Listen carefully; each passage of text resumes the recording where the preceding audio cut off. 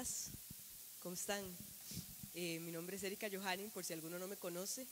Y bueno, yo usualmente soy ronca, pero no así tan gangosa, y es que estoy un poquito resfriada, entonces si jalo mocos, me disculpan.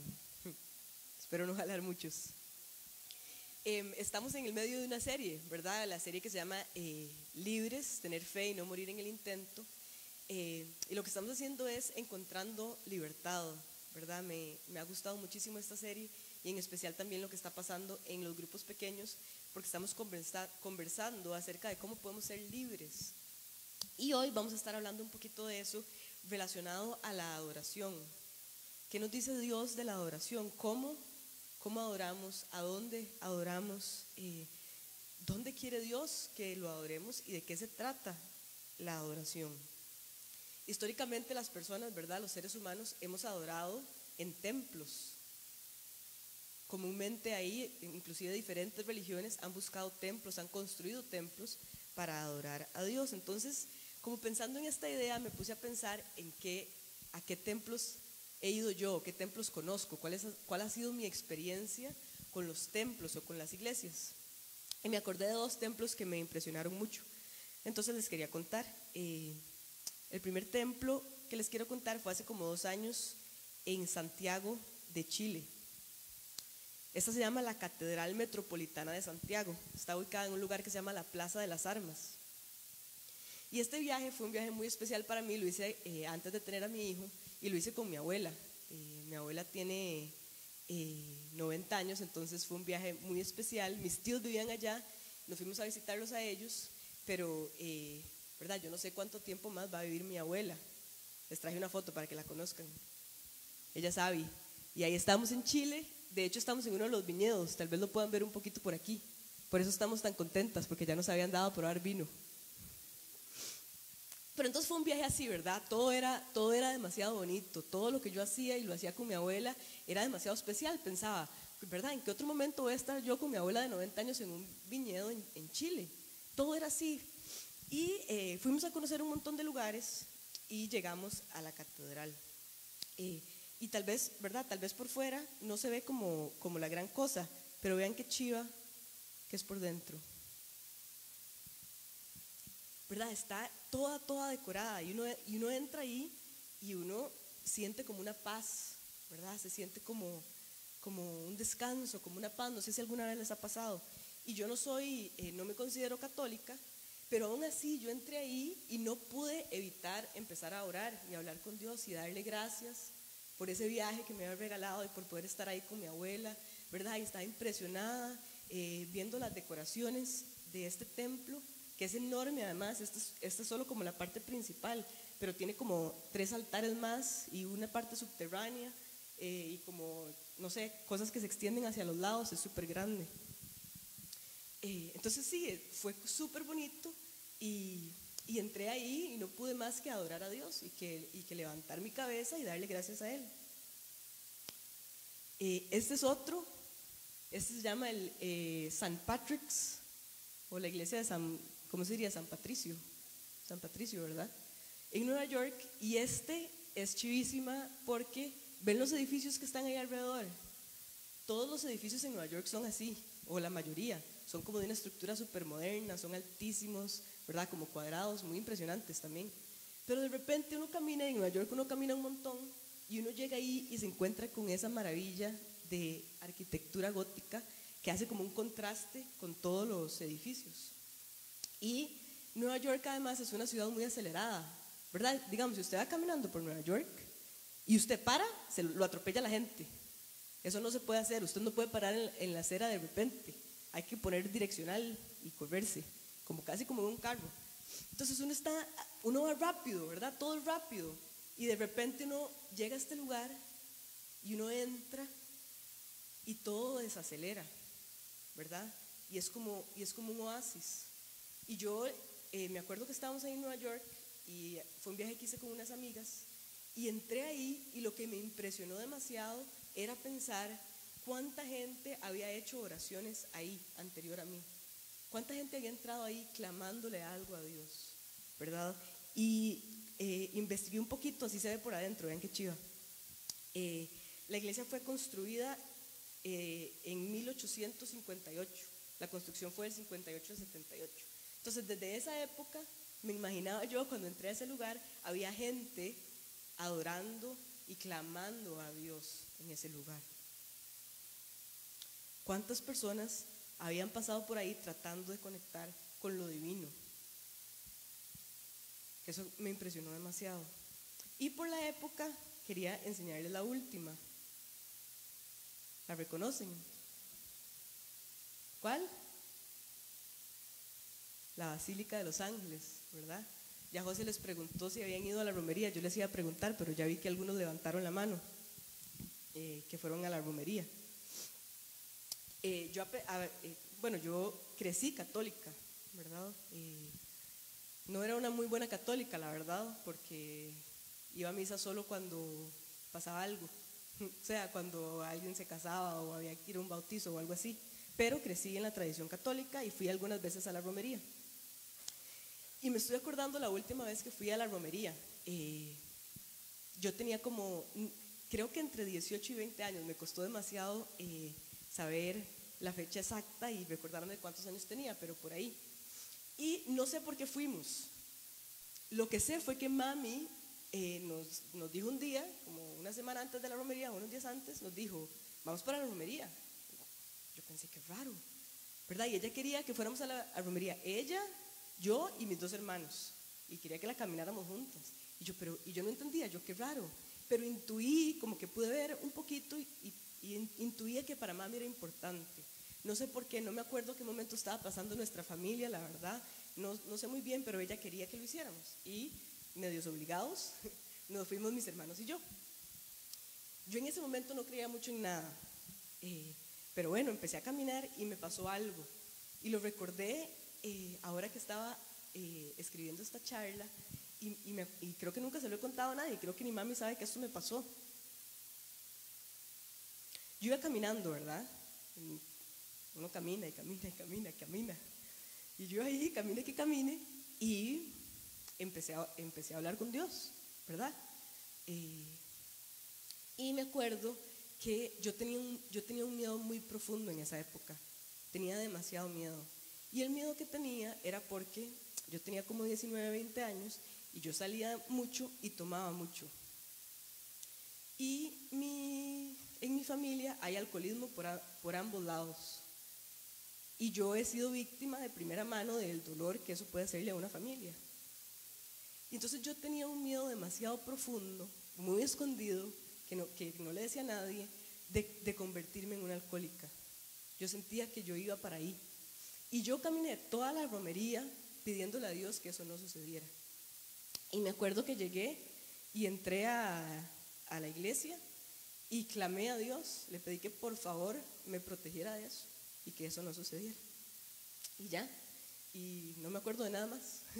Solo me acuerdo de eso y ahora pensándolo, todo salió bien, ¿verdad? Dios me escuchó y no me convertí en alcohólica, gracias a Él.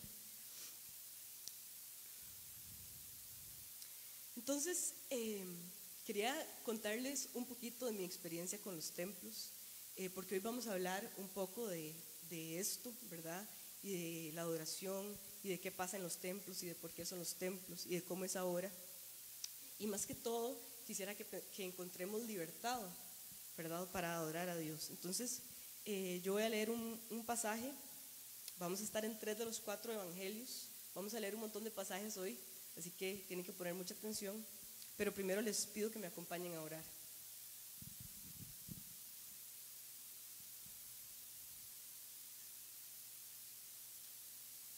Señor, gracias por esta mañana. Gracias porque estás aquí, Señor, porque siempre nos acompañas. Señor, como cantábamos ahora, Señor, lo que queremos es que nos reveles más y más y más de tu gloria. Eso es lo que queremos, Señor, verte, encontrarnos contigo, que nos hables, que nos cambies, que nos liberes, Señor, que nos muestres quién eres, Señor, y cuánto nos amas. Y eso es lo que te pido para hoy y para todos nosotros. En el nombre de Jesús. Amén. Voy a tomar agua porque como estoy enferma, miren cómo se me seca la boca. Ok, Mateo 24:1. Jesús salió del templo y mientras caminaba se le acercaron sus discípulos y le mostraron los edificios del templo. Jesús está enseñando en el templo, sale, y cuando sale los discípulos llaman la atención de Jesús para que vea los edificios del templo. El Evangelio de Marcos nos da más detalles. Cuando salía Jesús del templo, le dijo a uno de sus discípulos: mira, maestro, qué piedras, qué edificios. Está como impresionado, parece. Y Lucas nos cuenta aún un poquito más. Algunos de sus discípulos comentaban acerca del templo, de cómo estaba adornado con hermosas piedras y con ofrendas dedicadas a Dios. Jesús está enseñando lo que él comúnmente hace y sus discípulos se detienen impresionados por el templo de Jerusalén. ¿Por qué sus discípulos están impresionados? Bueno, recordemos que son jovencitos, ¿verdad? Creo que en una charla les había contado que son jóvenes, deben tener entre 16 y 21 años y además son de pueblos pequeños, de una región que se llama Galilea, que son pueblitos con 100, 200 personas. O sea, todo el pueblo somos nosotros, ¿verdad? Entonces ellos van a Jerusalén y Jerusalén es considerado una ciudad en esa época. Entonces no sabemos si es la primera vez que están viendo el templo o no, pero a mí me parece que tal vez para algunos sí, ¿verdad? Porque están como impresionados. Mira, maestro, qué piedras, qué edificios. Están impresionados del templo, tal vez es la primera vez que lo están viendo. Y para la tradición judía, o sea, para la religión a la cual pertenecen estos discípulos, el templo es donde está Dios. Dios está en el templo, ahí es donde habita Dios. Desde el Éxodo, ¿verdad? Podemos ver cómo los sacerdotes entraban al templo para encontrarse con la presencia de Dios. El templo es como lo más importante. Y para los judíos, la casa de Dios estaba ahí en Jerusalén. No importa el lugar donde estuvieran en el mundo, si necesitaban hacer un sacrificio, adorar, hacer algún ritual o lo que sea, se dirigían al templo, a Jerusalén. Ahí era el centro, ahí era donde ocurría lo más importante. Es más o menos como si somos judíos en el primer siglo, entendemos que sí, toda la tierra, Dios está en toda la tierra, pero la casa, a donde está Dios, a donde habita, a donde lo podemos encontrar, es el templo. Y además la arquitectura del templo, o sea, el templo está construido para reflejar eso aún más. Les traje aquí una foto del templo. Más o menos así se vería el templo en la época de Jesús. Entonces el templo lo construyen como en una planicie en alto y tiene varias partes.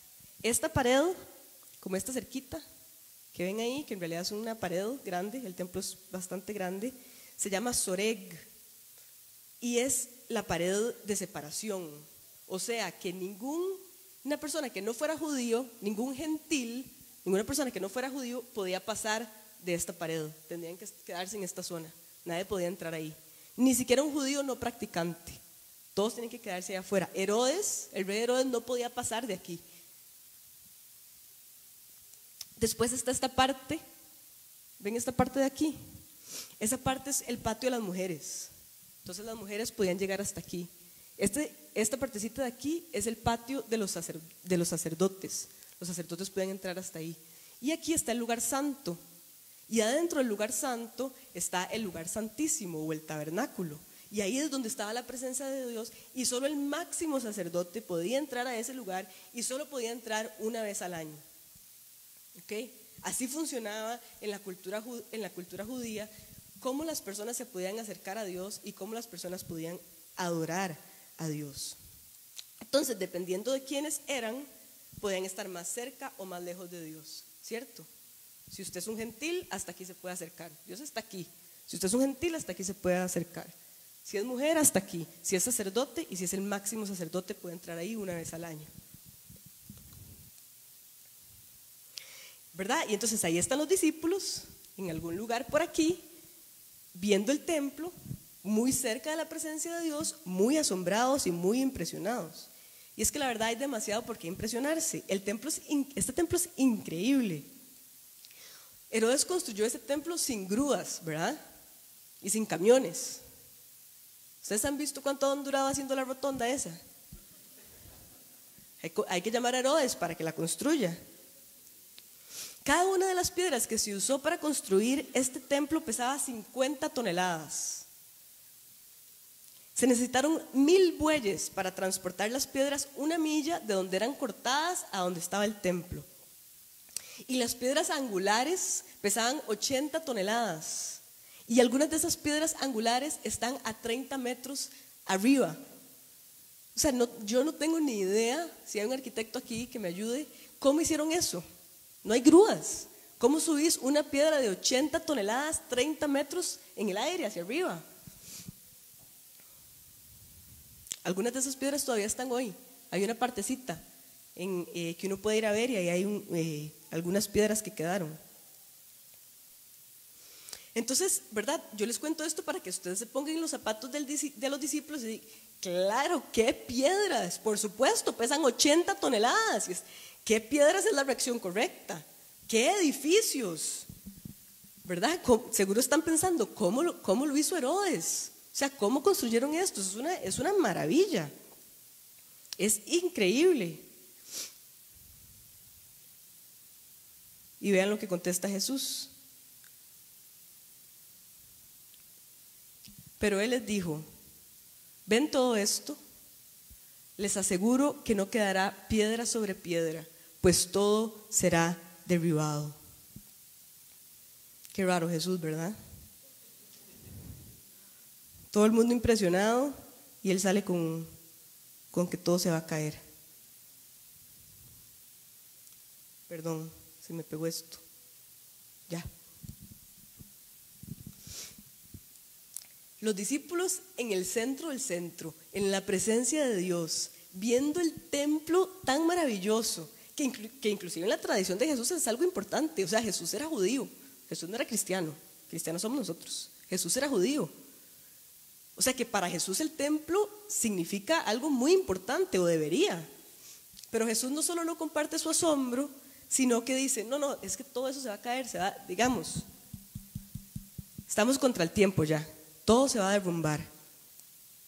Y eso no es lo único que Jesús tiene que decir acerca del templo. Él habla mucho acerca del templo, ¿verdad? Hay una parte en Mateo 12, no la vamos a leer, pero Jesús está discutiendo con los fariseos. Los fariseos, por supuesto, le están recriminando que los discípulos están haciendo algo que no se puede hacer en un sábado. Y Jesús les da un montón de ejemplos y les dice, ¿no se acuerdan de estos sacerdotes que hicieron esto que no se podía en el templo? Y nadie los consideró culpables. Y está hablando con ellos y después dice esta frase: pero yo les digo que aquí está uno más grande que el templo. ¿Qué? Digamos, están viendo el templo. Acuérdense del templo. Y Jesús está diciendo, aquí hay uno más grande que el templo. ¿Qué está diciendo Jesús? Y esto lo quisiera explicar o comenzar a explicar en Juan, el capítulo 2, y tal vez algunos han escuchado esta historia. Es el pasaje cuando Jesús se enoja. Y, ¿verdad? Es medio famoso porque entonces la gente dice que es cuando Jesús se enoja y revuelca las mesas del templo y saca a todo el mundo porque está bravísimo. Yo se los voy a leer. Estoy leyendo Juan 12, versículo 13. Cuando se aproximaba la Pascua a los judíos, subió Jesús a Jerusalén. Y en el templo, entró al templo, halló a los que vendían bueyes, ovejas y palomas. Vendían esto para hacer sacrificios. Por eso es que tenían ventas de animales ahí. E instalados en sus mesas, vio a los que cambiaban dinero. Y entonces, oigan esto, nunca me había percatado yo tanto de esto, haciendo un látigo de cuerdas, echó a todos del templo con un látigo de cuerdas. De fijo así no se mueve un látigo, ¿verdad?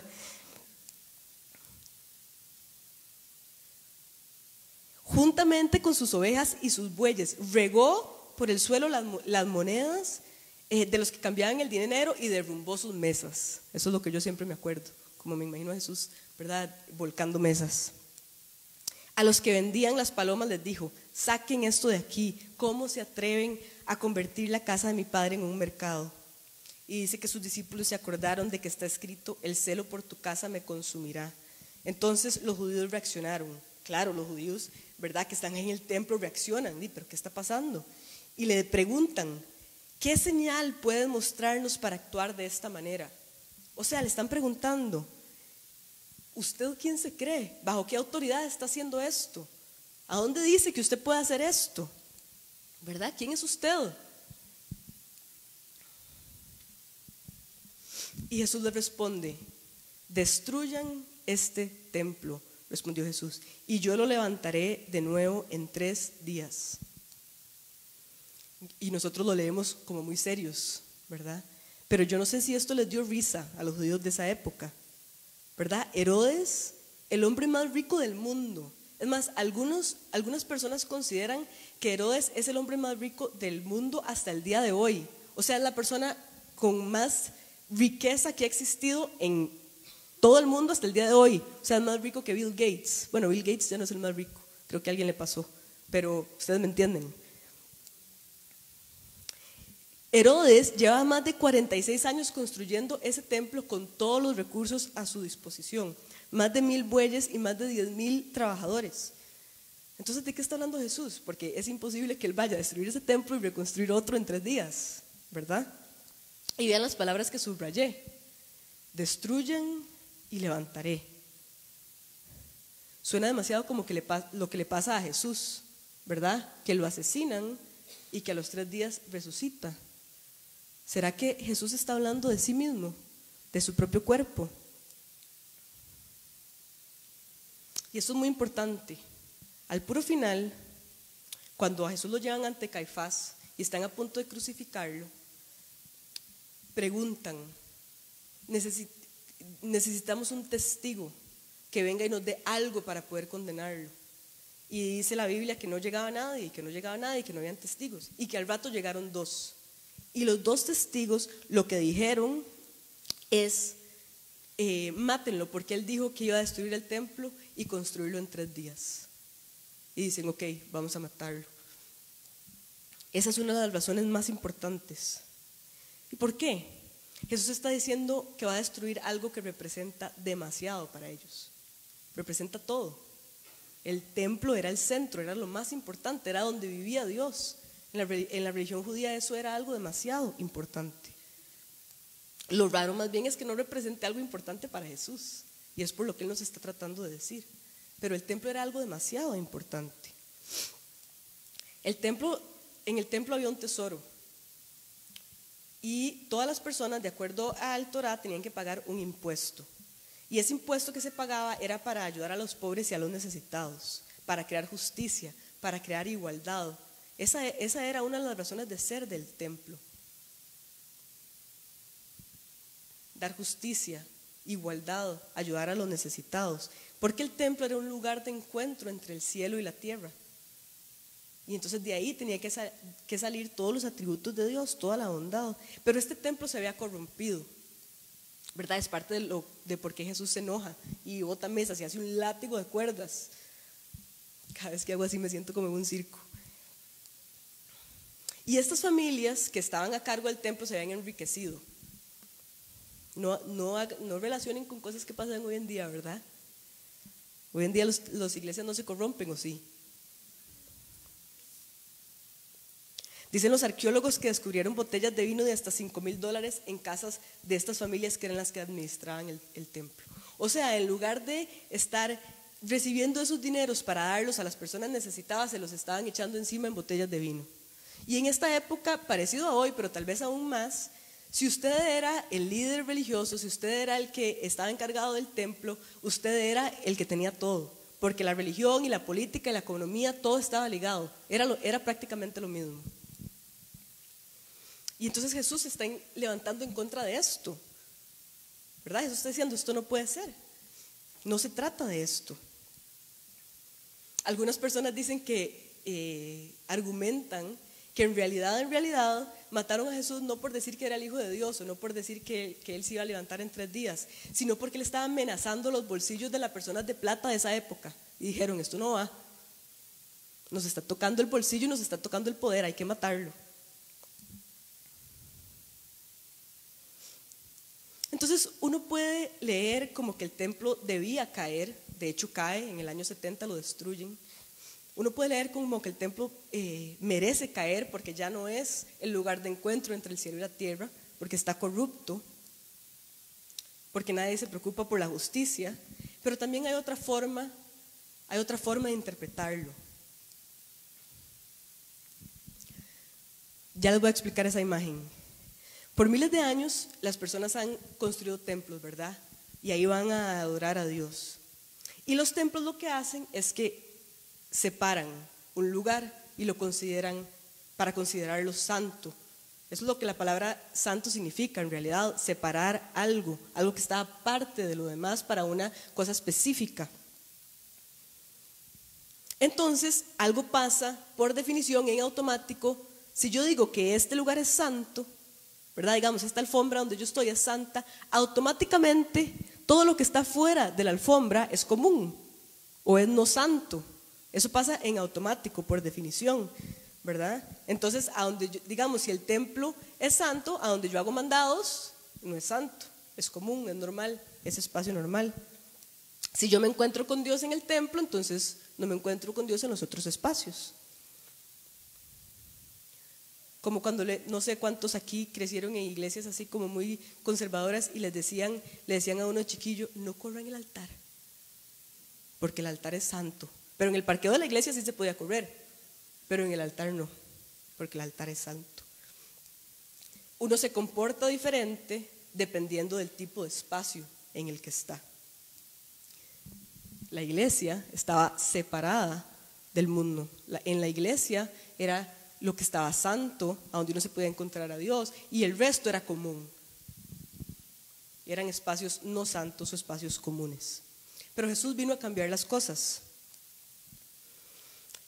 Aquí Jesús, esta es la famosa historia de la samaritana, ¿verdad? Jesús se topa a una samaritana, le empieza a hablar, toman agua, la samaritana le da agua, rompen todos los esquemas, es un pasaje lindísimo. Jesús como que le profetiza toda su vida, le dice, yo sé que usted ha tenido 5 esposos y que con el que está ahora no es su esposo. Y la samaritana se sorprende y le dice esto, Señor, me doy cuenta de que tú eres profeta. Claro, le dijo que había tenido, ¿verdad? Todos los 5 esposos, imagínense, y que el que tiene ahora no es esposo. Y le hace una pregunta, cuando se da cuenta que es profeta y que sabe todo, le hace esta pregunta.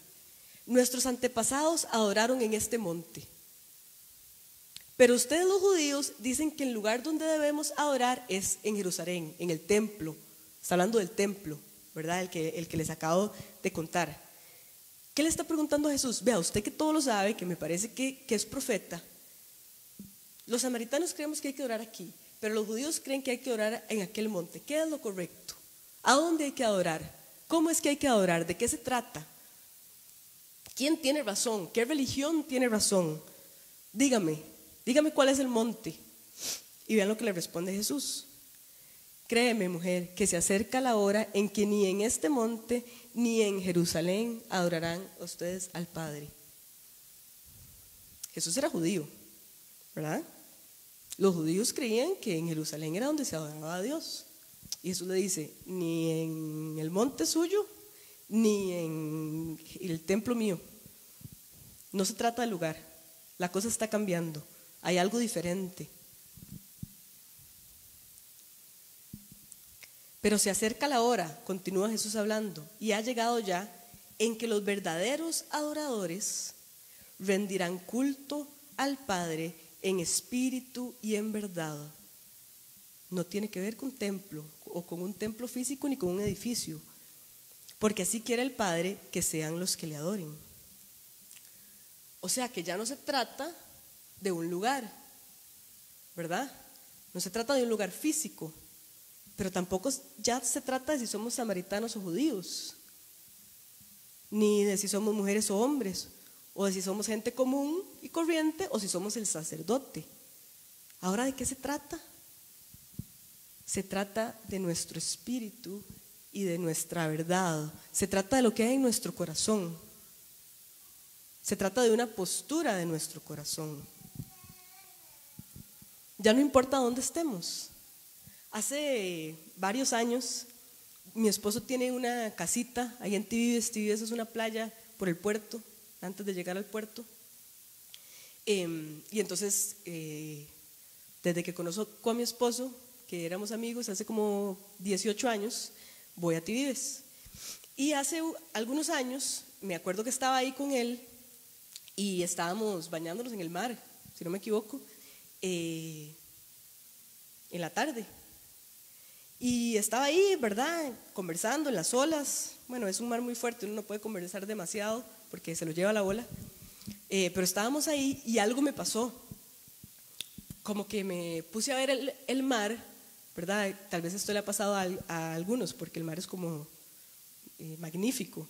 Y estaba viendo el mar y como su profundidad y su extensión y lo grande que era y lo poderoso que eran las olas, porque me derribaban y como que me entró me conmoví demasiado y vi para arriba y el cielo era igual de inmenso, era gigante y estaba azul, azul, azul y tenía pájaros y nubes y volví a ver hacia mi lado, vi una montaña preciosa, verde y me conmoví demasiado y empecé a llorar y empecé a llorar y a llorar y me acuerdo que empecé a cantar porque eso fue lo que nació de mi corazón, cantarle al Señor de la hermosura que estaba viendo y de su poder y de su grandeza. Y empecé a adorarlo a él y me acuerdo que Esteban me volvió a ver. Imagínense, ¿verdad? Estamos bañándonos en el mar normal, cualquier día por la tarde yo empiezo a llorar y a cantar, ¿verdad? Él estaba y yo no, ¿verdad? Es que yo le decía, pero es que ve al mar. ¿Y por qué les cuento esta historia tan rara? Porque nosotros no necesitamos estar en un templo, ¿verdad? Ni necesitamos ser el máximo sacerdote, ni necesitamos, no necesitamos nada más que una postura del corazón, nada más que darnos cuenta que, no sé, que el mar es maravilloso y que el cielo es azul y eso es porque nuestro Padre lo hizo así, o cualquier otra cosa. Pero se trata de una postura y no de cosas que estén afuera. Y encontré algo en una parábola que les quería contar. ¿Se acuerdan la parábola de las cabras y las ovejas? Básicamente es una parábola donde Dios, un rey representa a Dios y lo que está haciendo es, las ovejas representan a las personas justas y las cabras a los injustos y les está diciendo qué características tienen que tener esas ovejas para ir al cielo o a la vida eterna.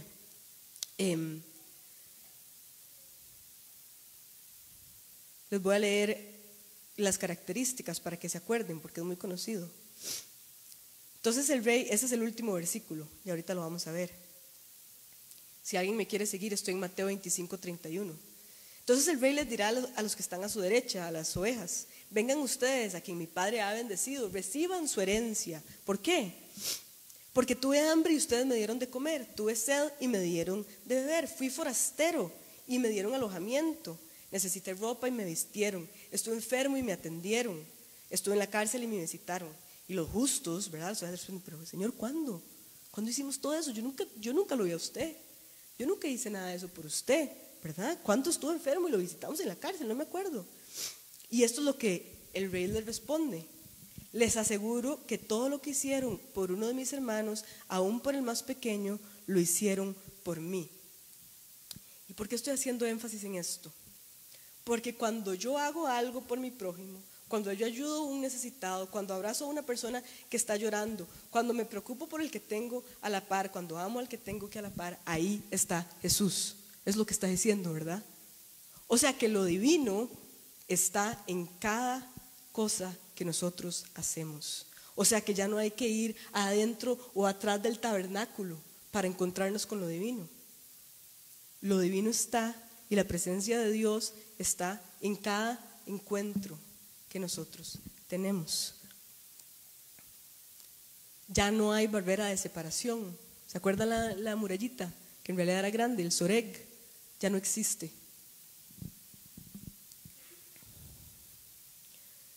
Cada experiencia es un encuentro con Dios, o puede ser un encuentro con Dios. ¿Por qué? Porque todo es un templo. No es que ahora nada es sagrado, es que ahora todo es sagrado. Todo el mundo es un templo. Eso es básicamente lo que está diciendo Jesús. He venido para que entiendan que que Dios, que lo divino está presente en cada interacción, en cada cosa que usted hace, en cada encuentro. Ya no hay que ser sacerdote máximo, ya no hay que ser hombre. Ahora las mujeres podemos entrar hasta el tabernáculo final y encontrarnos con Dios de cara a cara. No importa quién sea usted, no importa si es samaritano, no importa si es extranjero, no importa si es homosexual, no importa si es pecador, no importa nada.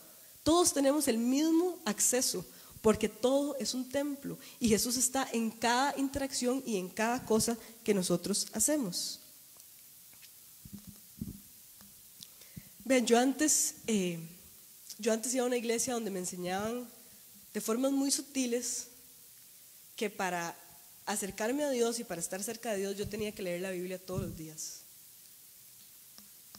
Si yo no leía la Biblia todos los días, nunca iba a poder crecer y nunca iba a poder conocer más a Dios, ni a escuchar su voz, ni a adorarlo. El otro día hablaba con una amiga que me dijo que tiene una amiga que le preguntó que si para orar y que Dios escuche hay que estar hincado, porque que ella va a una iglesia donde le dicen que para que Dios escuche nuestras oraciones hay que estar hincado.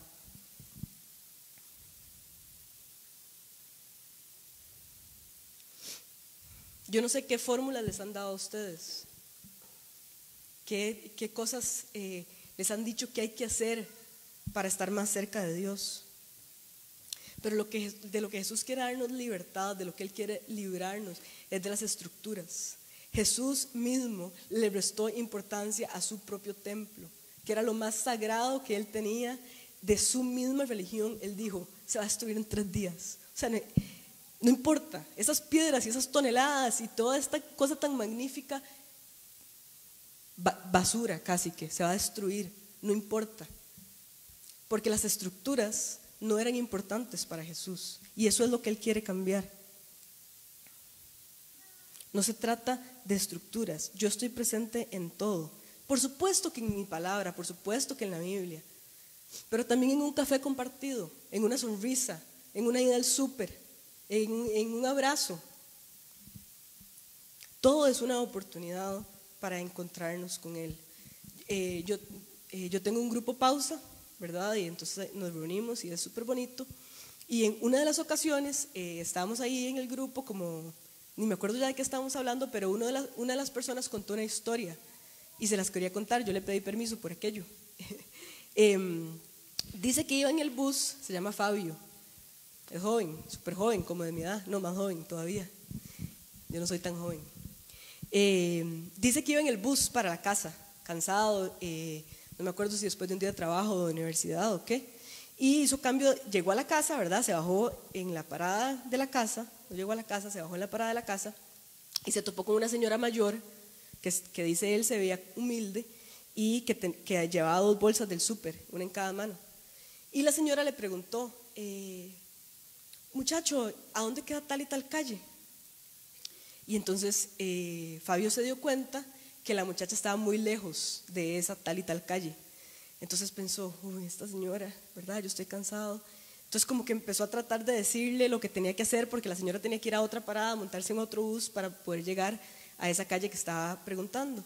Y él se dio cuenta que cada encuentro, que cada experiencia es un encuentro con Dios, ¿verdad? Y dijo, no, la verdad es que yo voy a acompañar a esta señora. Y la llevó, le dijo, deme las bolsas, y agarró las bolsas y dice que estaban pesadísimas, que de hecho no sabe cómo la señora andaba con esas bolsas. Le dijo, vamos, y la guió, fueron hasta la otra parada que le tocaba, se montó en el bus con ella, se bajó y la llevó hasta la puerta de la casa. Y dice que era una casita así como, ¿verdad?, de ese tamaño, toda la casa donde vivía la señora. Dejó las compras ahí y, ¿verdad?, y se sentó un momento como para hablar con ella y que la señora le contó que, ¿verdad?, que no tenía familia y que la pasaba muy difícil y que tenía mucha necesidad. Y bueno, para no hacerles el cuento demasiado largo, él se conmovió muchísimo y se fue y le pidió a varias personas que conocían, amigos y familiares, que le ayudaran y por varios meses le estuvieron llevando un diario a esta señora. por qué les cuento esto? Porque nuestra vida es así, ¿verdad? Y Jesús está en todas las cosas, en algo tan profundo y tan grande como esto que hizo Fabio, pero en algo pequeño también. El otro día, de hecho venía para Interludio hace como 15 días en la mañana, y me encanta pasar a Starbucks por un café, y pasé al auto Starbucks, al automac de Starbucks, como digo yo, y pedí el café y todo, me lo dan, y cuando me lo está entregando, busco la billetera y no la tengo. No ando billetera. Qué pena, ¿verdad? Y yo, ay no, muchacho, era un muchacho. Ay no, muchacho, no me dé el café, no me dé el café. No ando billetera, no le puedo pagar, no me dé el café. Era una semana de locura, imagínense la locura que yo andaba sin billetera. Y me dice el muchacho, muchacha, no se preocupe, llévese el café. Yo casi me pongo a llorar, porque fue como, ay, ¿verdad? Tanto que uno necesita un café un domingo en la mañana. Y se llamaba Mauricio, y ya me vine. Y fue demasiado bonito, es algo demasiado pequeño, pero esta persona me regaló, yo no sé cuál es la política de Starbucks, la verdad, pero yo pienso que Mauricio pagó mi café. Y me vine demasiado contenta. Entonces pueden ser cosas grandes o cosas pequeñas, pero Dios está presente en todo, en absolutamente todo.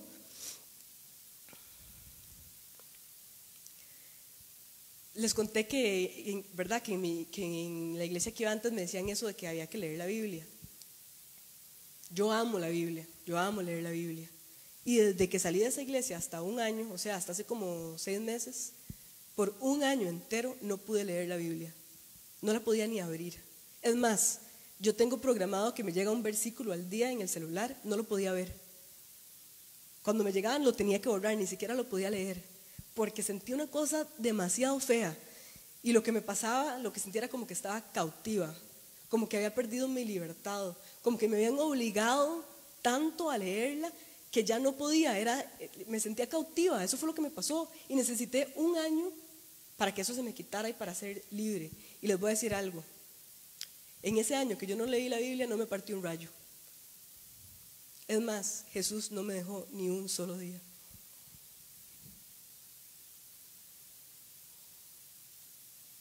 Yo no podía leer la Biblia, no me pasaba de aquí.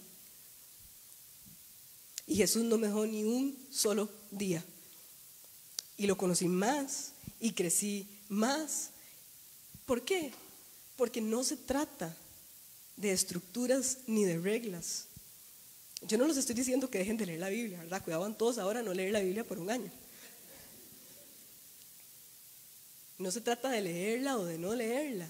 Se trata de tener libertad, de encontrar a Jesús en todo lo que hacemos. Porque Él está en todo. Ahora la leo con gusto y con libertad, y es lindísimo. Ay, ya estoy jalando mocos.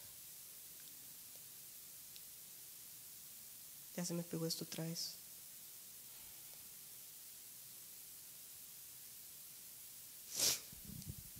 Este versículo es lindísimo, es uno de mis favoritos. Y el Verbo se hizo hombre y habitó entre nosotros. De hecho, el versículo está mal, porque esto es Juan, perdón. Y se los puse en inglés porque hay algo importante con la palabra habitó. Y en inglés lo traducen muy bien, que es tabernacled. La palabra habitó en el griego es templo o tabernáculo. Lo que el versículo nos está diciendo es que Jesús hizo hombre y hizo templo entre nosotros. No sé cómo sería templo en verbo. Jesús hizo hombre y templó entre nosotros. Suena raro, pero esto es literalmente lo que dice en el griego, ¿verdad? And the word became flesh and tabernacled among us. Estuvo haciendo su templo entre nosotros. Jesús hizo su templo. Pero no se queda ahí. No es que Jesús es el nuevo templo, no es que Jesús vino a ser templo entre nosotros. No saben que ustedes son templo de Dios y que el Espíritu de Dios habita en ustedes. Hay un cambio muy importante. El templo ya no es el edificio, ¿verdad? Dios mismo dijo que Él era el templo. Él se convirtió en cuerpo, en carne, y vino a ser su templo entre nosotros. Pero además Nosotros, ustedes y yo, somos el templo. Cada uno de nosotros, los humanos, somos el templo. Aquí está otra vez en Efesios. En él también ustedes son edificados juntamente para ser morada de Dios. Nosotros somos la casa de Dios. Y esto es muy interesante que se lo diga a los efesios, porque aquí Pablo les está introduciendo por primera vez la idea a los efesios de que ellos son un templo. Ellos nunca han escuchado algo similar en sus vidas y les están diciendo, ok, ustedes son el templo.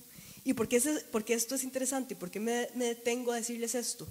Porque en Éfeso, que era una ciudad en Asia Menor, en el primer siglo había un templo muy famoso, famosísimo, y era el templo a la diosa Artemisa. Artemisa es una diosa de la mitología griega, que es la hija de Zeus y la hermana gemela de Apolo. O sea, es una diosa importante en la mitología griega, y los seguidores de esta diosa le habían construido un templo. Y este templo que le habían construido es considerado una de las 7 maravillas del mundo antiguo. ¿Ok? Así se veía el templo. Y gente de todo el mundo, del mundo antiguo, venía para ver el templo de Artemisa. Quiero contarles esto para que agarren perspectiva. Un hombre que se llamaba Antípatro, por si están pensando en nombres de hijos, Antípatro de Sidón, era un poeta y él viajó por todo el mundo antiguo. Y vean lo que él dijo: mis ojos han visto los jardines de Babilonia, he visto la majestuosidad de la estatua de Zeus, he contemplado cómo el coloso de Rodas se levanta sobre el mar. Me asombra la labor que llevó a construir las pirámides, pero cuando yo vi la casa de Artemisa que tocaba las nubes, todas las otras maravillas perdieron su brillo. Hay gente del mundo antiguo que veía las pirámides y después veía el templo de Artemisa y decía que las pirámides nada que ver. Las pirámides de Egipto. Así era este templo. Era un centro turístico, la gente venía todo el mundo a verlo. Era demasiado grande y demasiado majestuoso. Y a estas personas de Éfeso se les está diciendo: ustedes, frágiles, pequeños, humanos, son el templo. Ustedes, llenos de errores, chiquititos, ustedes son el templo. ¿Se imaginan el poder que eso puede haber tenido? Y es que esa es la verdad, nosotros somos el templo. Dios habita en nosotros. En nosotros está lo divino. Adentro de nosotros. Así de preciosos somos para Dios. En la ciudad conocida por tener el templo más maravilloso del mundo, Jesús les dice: ustedes son el templo. Yo decido habitar en ustedes. En las personas es donde vive Dios. Qué lindo, ¿verdad?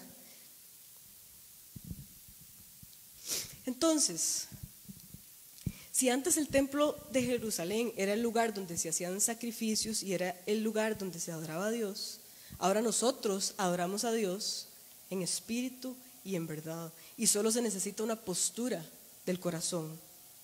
Nada más. No necesitamos ser nadie, no necesitamos ir a ningún lugar, solo una postura del corazón, sin restricciones, con completa libertad. Si antes el templo era el lugar de encuentro entre el cielo y la tierra, ahora somos nosotros los que tenemos que traer el cielo aquí a la tierra y practicar justicia e igualdad, ¿verdad? Si antes el templo era el lugar donde se daba el dinero para que se ayudara a los pobres y a los necesitados, ahora somos nosotros los que tenemos que hacer esas cosas.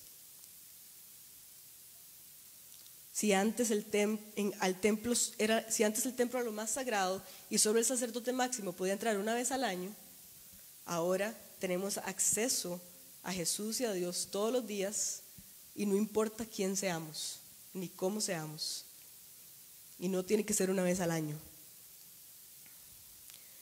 Entonces, ¿qué pasa? Que tenemos que dejar de pensar. ¿Cuántos pensaron hoy en la mañana: ay, voy a ir a interludio para estar cerca de Dios? Hoy voy a ir a interludio como para sentirme más cerquita de Dios. No levanten la mano, mejor, porque qué color. Eso no tiene sentido, ¿verdad? porque Dios está en todo. No tengo que ir a ningún lugar para sentirme cerca de Dios. Puedo ir para experimentarlo en comunidad. Puedo ir para aprender de la experiencia de los demás. Puedo ir porque es bonito caminar juntos. De hecho, es parte del plan de Jesús, que estemos juntos y que caminemos juntos y que lo conozcamos juntos. Pero para estar más cerca de Él está dentro de nosotros. Él está en cada cosa. Él vino a hacer su templo entre nosotros. Acuérdense que Él templó entre nosotros. Entonces, no importa, igual de cerca estamos aquí que en el súper haciendo mandados, o que en el gimnasio, o que en el trabajo, ¿verdad? No, ser pastor no es ser más santo que ser abogado.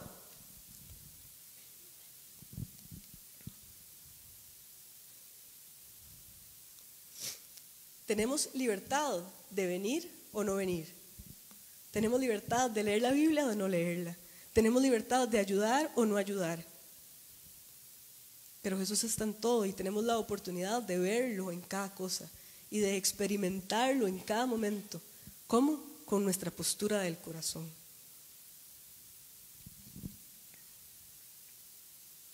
Jesús nos viene a liberar de la idea que lo divino está en otro lugar. Jesús nos viene a liberar de la idea que hay que hacer cosas para estar cerca de Él.